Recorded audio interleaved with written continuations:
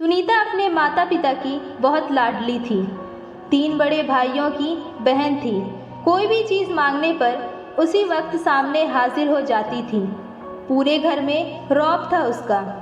पूरे परिवार और नौकरों पर राजकुमारी की तरह हुक्म चलाती थी। स्कूल में भी पूरा रौब था उसका। बड़े घर की लाडली जो थी वह। ऐसे ही उसने कॉलेज में दाखिला लिया। उसके ठाट बाट, बड़ी गाड़ी में आना जाना, हर दिन नया फैशन देखकर हर कोई उससे दोस्ती करना चाहता था। थोड़े ही दिनों में उसके बहुत से दोस्त बन गए। पूरे कॉलेज में उसकी अपनी ही एक पहचान थी। इन दिनों उसके घर एक रिश्ता आया। खानदानी लोग थे और पापा की पुरानी जान पहचान थी उनके साथ। सुनीता के साथ कोई ज़बरदस्ती नहीं थी, पर सुनीता ने फिर भी हाँ कर दी, क्योंकि वह अपने परिवार से बहुत प्यार करती थी।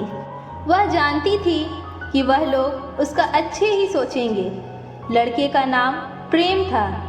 प्रेम काफ़ी पढ़ा लिखा और समझदार लड़का था। ससुराल वाले भी बहुत अच्छे थे। ससुराल में सुनीता की जगह वैसी ही थी जैसे कि मायके में। कोई भी काम सुनीता की सलाह के बिना नहीं होता था। सबकी लाडली बहू बन गई थी वह। फिर उसके घर एक बेटे का जन्म हुआ। मुकेश सुनीता को जान से भी ज़्यादा प्यारा था। पोता पाकर ससुराल वाले तो फूले नहीं समाते थे। सुनीता कभी कभी सोचती कि उसकी किस्मत कितनी अच्छी है। उसका हर अपना उसे कितना प्यार करता है। चाहे जीवन में कैसा भी समय आए, मेरे अपने हमेशा मेरे साथ हैं। मैं कभी अकेले नहीं हो सकती। कितनी खुशकिस्मत हूँ मैं। पर शायद सुनीता की खुशियों को उसकी अपनी ही नज़र लग गई थी। एक दिन वह मायके जाने की जिद कर बैठी। प्रेम को बहुत काम था, लेकिन वह फिर भी उसे ले गया। रास्ते में उनकी गाड़ी अन्य गाड़ी से टकरा गई। सुनीता, प्रेम और मुकेश बहुत बुरी तरह से जख्मी हो गए। काफ़ी दिनों के इलाज के बाद प्रेम और मुकेश तो ठीक हो गए, लेकिन सुनीता पूरी तरह ठीक ना हो सकी। सर पर चोट लगने के कारण वह अपनी आंखों की रोशनी खो बैठी। अब सुनीता की किस्मत जैसे पलट सी गई।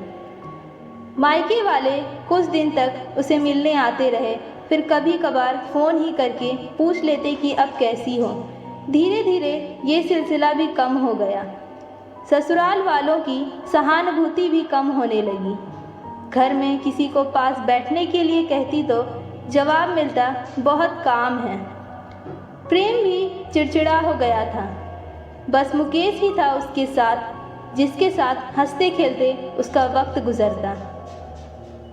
एक दिन सुनीता के हाथ से कुछ सामान गिर गया, जिसकी वजह से मुकेश को हल्की सी चोट लग गई। सुनीता के सास ससुर ने मुकेश को उससे अलग कर दिया कि कहीं उसके ना देखने की वजह से बच्चे का कोई नुकसान ना हो जाए।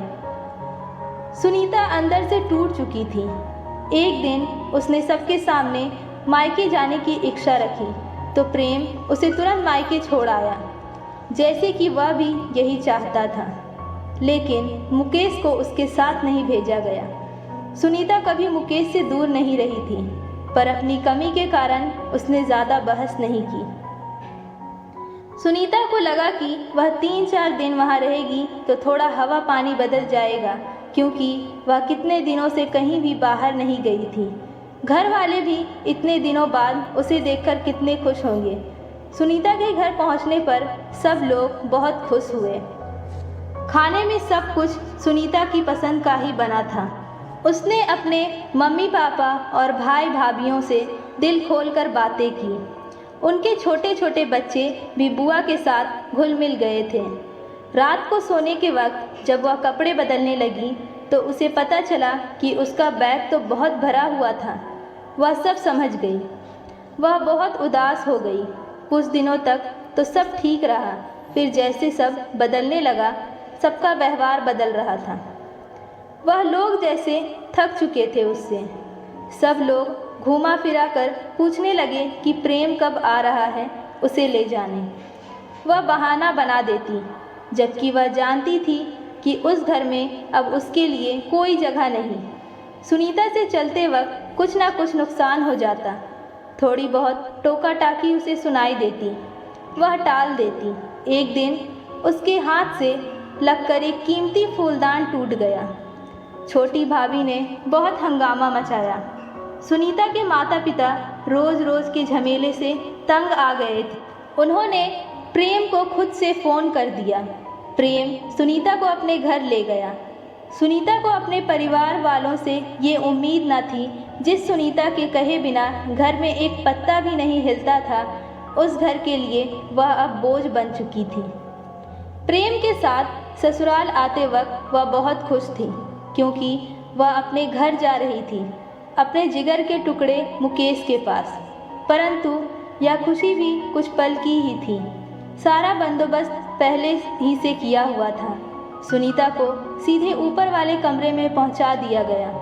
मुकेश से दूर रहने की सख्त चेतावनी दी गई। एक काम वाली मीना को उसकी जिम्मेदारी सौंपी गई, जो उसके खाने पहनने जैसी ज़रूरतों का ध्यान रखती। सुनीता ज़्यादातर चुप ही रहती। कभी कभी काम वाली मीना से थोड़ा बतिया लेती। उसके ज़रिए मुकेश का पता चल जाता। क्या वक्त आ गया है जनाब, सबकी लाडली बेटी और बहू सबके लिए अब लाडली से बोझ बन चुकी थी।